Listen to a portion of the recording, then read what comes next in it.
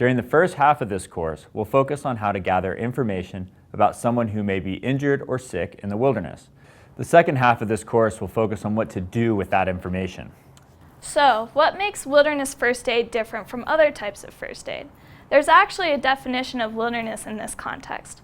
Wilderness medicine is what goes on when you're an hour or more away from definitive healthcare.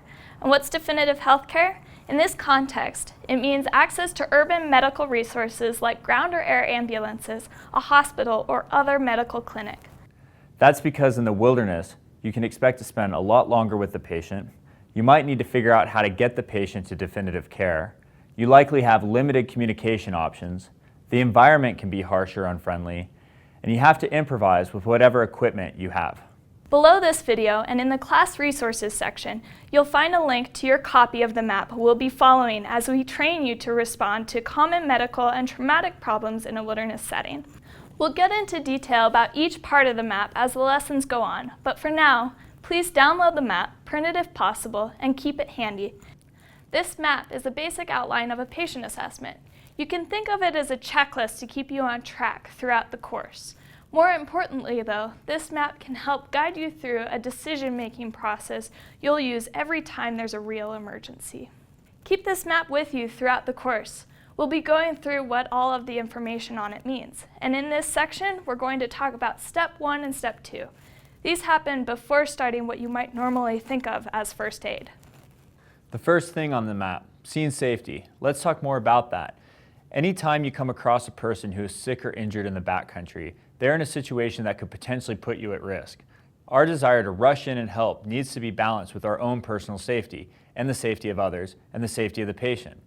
While it may be instinct to want to immediately help someone, we never want to create more patients. So our initial assessment of a situation begins before we even reach the patient. It's extremely important to be aware of possible environmental hazards, such as dangerous moving water, rockfall, fire, and wildlife, and the potential of transferring diseases. Let's say we were skiing with a friend and they got caught in an avalanche. While our immediate reaction would be to find our friend, a second slide is always a concern. It doesn't do us or our friend any good to have us all become victims, so it's important to assess the immediate hazards of the environment and find a way to rescue our friend without putting ourselves or others at significant risk. The purpose of a primary assessment is to thoroughly but rapidly check for any immediate signs that a patient's injury or illness is life-threatening.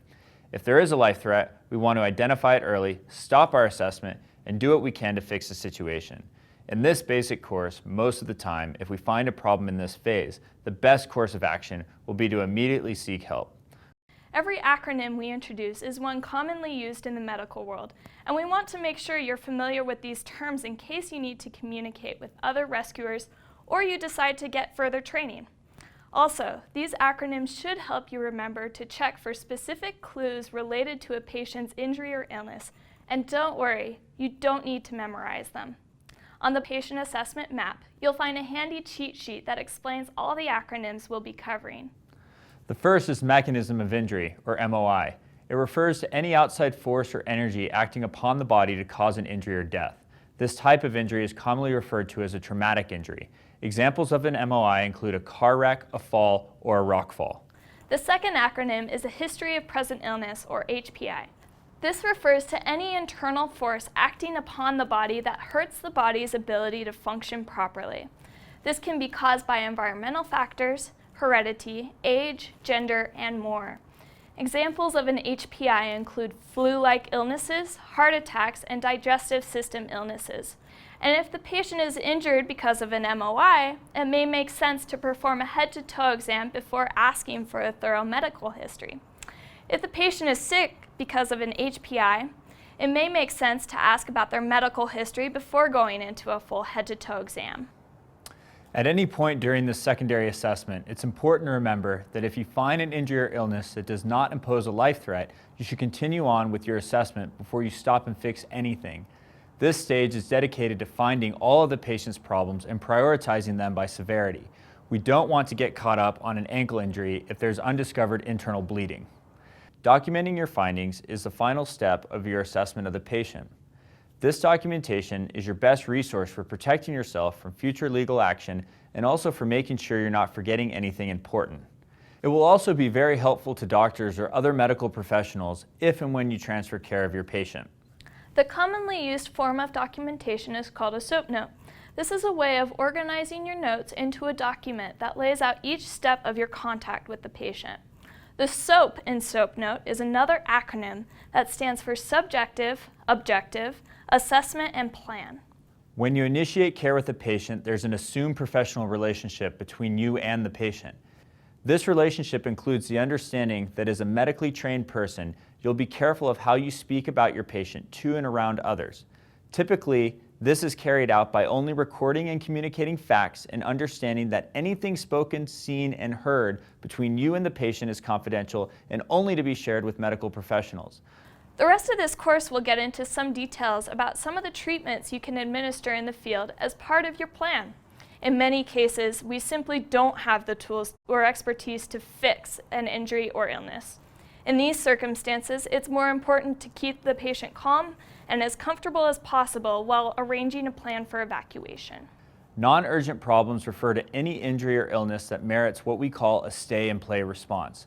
This is generally associated with superficial wounds and illnesses that only cause the patient mild discomfort. As a first responder, you will do your best to remedy this problem. An urgent problem is one that calls for a treat and retreat reaction. These problems generally affect the patient more than just mild discomfort.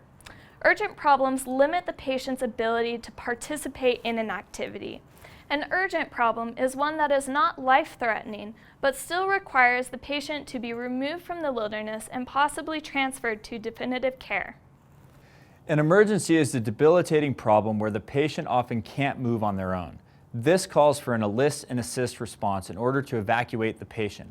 While not always life-threatening, these injuries and illnesses can quickly develop into a life threat.